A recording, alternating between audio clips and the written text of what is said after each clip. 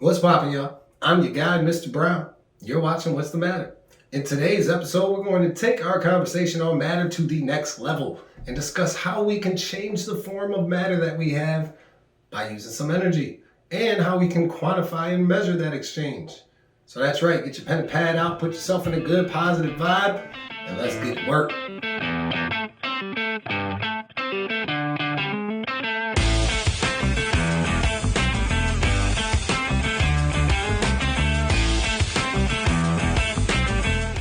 In order to change the form of matter that we have, we need to apply a certain amount of energy. But what exactly is energy? Energy is the ability to do work or produce a change. And the energy that is all around us has many forms to it. But, according to the law of conservation of energy, the energy cannot be created nor destroyed, but rather is transferred from one form to another. So that means that all the energy that is used to do work in the world is energy that already exists and is just harnessed and changed in ways to meet whatever needs we have. Thermal energy, for example, is a type of energy that exists inside of a substance or a system and is created due to the movement of the atoms in that substance. This movement of the atoms produces energy, and the transfer or flow of this thermal energy between the system and its surroundings is what we know of as heat. So heat is a type of energy that is in transit, and the transfer of heat energy will always be from a hot object to a cold object, and it will always alter the temperature of a substance. Temperature is the amount of heat energy available in the system. And more specifically, temperature is the measurement of the average kinetic energy of all of the molecules that are in the system or the substance. As heat is added to this beaker of ice that's sitting on the hot plate, the water particles in the substance start moving faster, which leads to the temperature of the system increasing as well. As the temperature goes up and the water particles move faster and faster, they eventually move fast enough to completely change phases. And this is when we see the solid ice cubes change to liquid water. So by simply adding heat energy to the system, I was able to change the form of matter. When a system or a substance is the recipient of the heat flow, or in other words, the heat energy is being absorbed by that matter, that system is said to be endothermic. A perfect example of a system that is endothermic is this ice pack right here. The ice pack is cold and the surroundings are hot. So the heat energy will flow from the surroundings into the ice pack until it reaches thermal equilibrium, which just means that the temperature of the ice pack, the substance, is equal to the temperature of the surroundings, the room. Now, as chemists, you know we have to quantify this interaction between matter and energy. For a measurement of heat, we would use the units joules with an uppercase J. And in a mathematical equation used to solve for heat, we would use a lowercase q as our variable. When we have a system that is endothermic, like our ice pack, meaning the heat energy is being absorbed, the value of our q variable will always be a positive number. When matter is the source of the heat energy and is the substance that is releasing the heat, that system is said to be exothermic. A great example of a system that is exothermic is a lit match.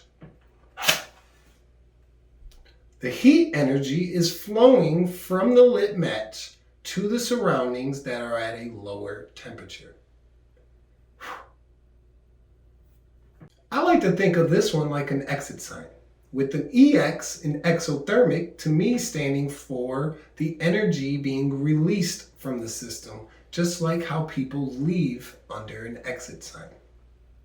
When a system is exothermic, meaning heat is being released from the substance, the value of our heat energy variable, Q, will always be negative. One of the properties that a scientist can measure from the transfer of heat energy is called heat capacity, which is the amount of heat required to raise the temperature of a substance by 1 degree Celsius. This property is dependent on both the mass of a substance and exactly what the substance is made out of. And by understanding the heat capacity of the substance, we can determine how it will behave in environments with and without heat energy. Taking this property a step further, we can determine exactly how much heat energy is required to raise the temperature by 1 degree Celsius of specifically 1 gram of a substance. This property is called specific heat capacity. Get it? Specific?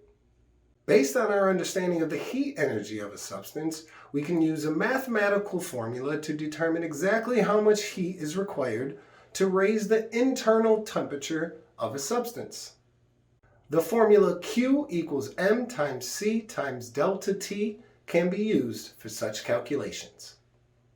In this formula, we have our variable Q, which stands for heat energy, lowercase m, which stands for the mass of the substance, uppercase C, which is the specific heat capacity of that substance, and delta T, which stands for the change in temperature.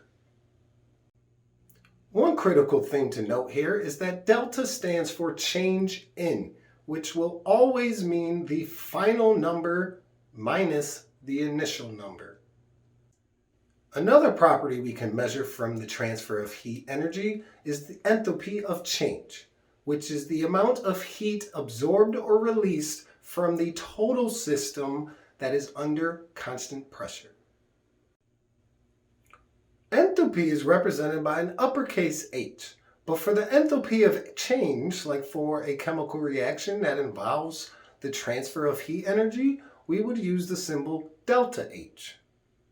And similarly to the Q values of a substance that is either endothermic or exothermic, when heat energy is being absorbed by the system, delta H will be positive. If the reaction leads to a release of heat energy from the system, the delta H value will be negative. Water is very unique in that it makes up over 70% of our planet, and it can easily be changed from one phase to another. By applying heat to the different phases of water, we can determine exactly how much heat energy is required to change the form of water. Or in other words, we can calculate and determine the enthalpy values of the different phase changes of water. These enthalpy values are called the heat of fusion, which is the amount of heat energy required to melt a substance from a solid to a liquid, and the heat of vaporization, which is the amount of heat energy required to evaporate a substance from a liquid to a gas. For water, with a heat of fusion of 334 joules per gram, that means that it takes me 334 joules of heat energy to melt 1 gram of solid ice to liquid water. Going to the next level of phase changes, with a heat of vaporization of 2,260 joules per second, that means it takes me 2,260 joules to evaporate or boil 1 gram of liquid water to steam, or gaseous water. As scientists, it's not enough to just measure and record data and results. Instead, we need to be able to communicate our results. And a visual representation through tables and graphs are a great way of doing so. A heating curve is a graph that plots the temperature of a substance as heat energy is being applied to the system over a time. So on a heating curve graph, the temperature will be on the y-axis and time will be on the x-axis. Looking at the basic form of a heating curve, we can see that there are sloped lines and there are flat lines. So let's take a closer look at what all of this different information is telling us. We know that as we add heat energy to a substance, the temperature will increase. This is where on the graph we see the sloped lines, because the temperature is changing. As our substance undergoes a phase change, the temperature is remaining the same, and this is where we have the flat lines on the curve. Knowing that my substance is undergoing a phase change, or melting or boiling on these flat lines, I can use these lines as guides to determine at which temperatures I have my melting point and my boiling point at. This also means that on my heating curves, the sloped lines before the melting points are when my solid phase is occurring. During the times after the melting point and before the boiling point, I know that my substance is in the liquid form. And after my boiling point line, I know that that sloped line is indicating that my substance is in a gaseous state. To help you better understand the differences in each of the line segments of a heating curve, this example of a heating curve has each of the line segments at a different color. Based on where the different line segments are on this heating curve, we can calculate exactly how much heat energy was absorbed by the entire system. To determine how much heat energy is required to raise the temperature of this substance at the time while it is in the solid phase, we would use the specific heat formula with the specific heat capacity of the solid. During the time that the substance is in the liquid phase, you use the same formula, but the specific heat capacity value of that liquid. And for the gas phase, you'd use the specific heat capacity of that gas. These values will tell us how much energy was required to heat the substance out of the phase that it was in. To determine how much heat energy is required to melt the substance, we would use the heat of fusion formula, which is Q is equal to the mass of the substance multiplied by the heat of fusion constant for that substance. Lastly, we need to calculate how much heat energy is required to boil our substance or evaporate it. And to do so, we would use the heat of vaporization formula, which is Q is equal to the mass of the substance multiplied by the heat of vaporization constant of that substance. Once we have calculated all of the heat values for each of the different line segments, we then simply add up all of those values to determine the total amount of heat energy absorbed by that system. The final piece of information that we can pull out of a heating curve is the effect that heat energy will have on the kinetic and potential energy of a substance. If we think back to our definition on temperature, we know that temperature is the measurement of the average kinetic energy of all of the molecules in that system.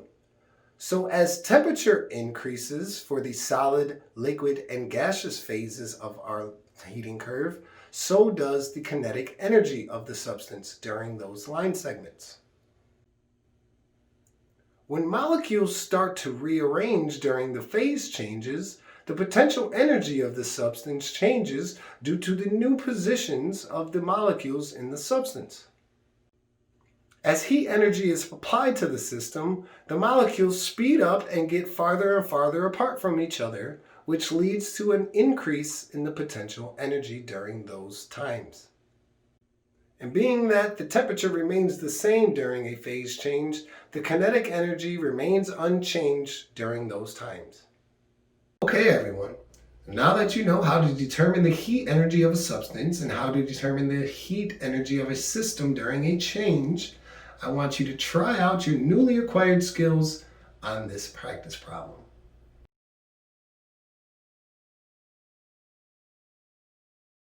Well, that does it for today, folks. I hope you have fun and I hope you learned something new. I'm your guide, your host, Mr. Brown. But remember, you matter because you're matter. So what's the matter? Thanks for watching. Have a glorious day.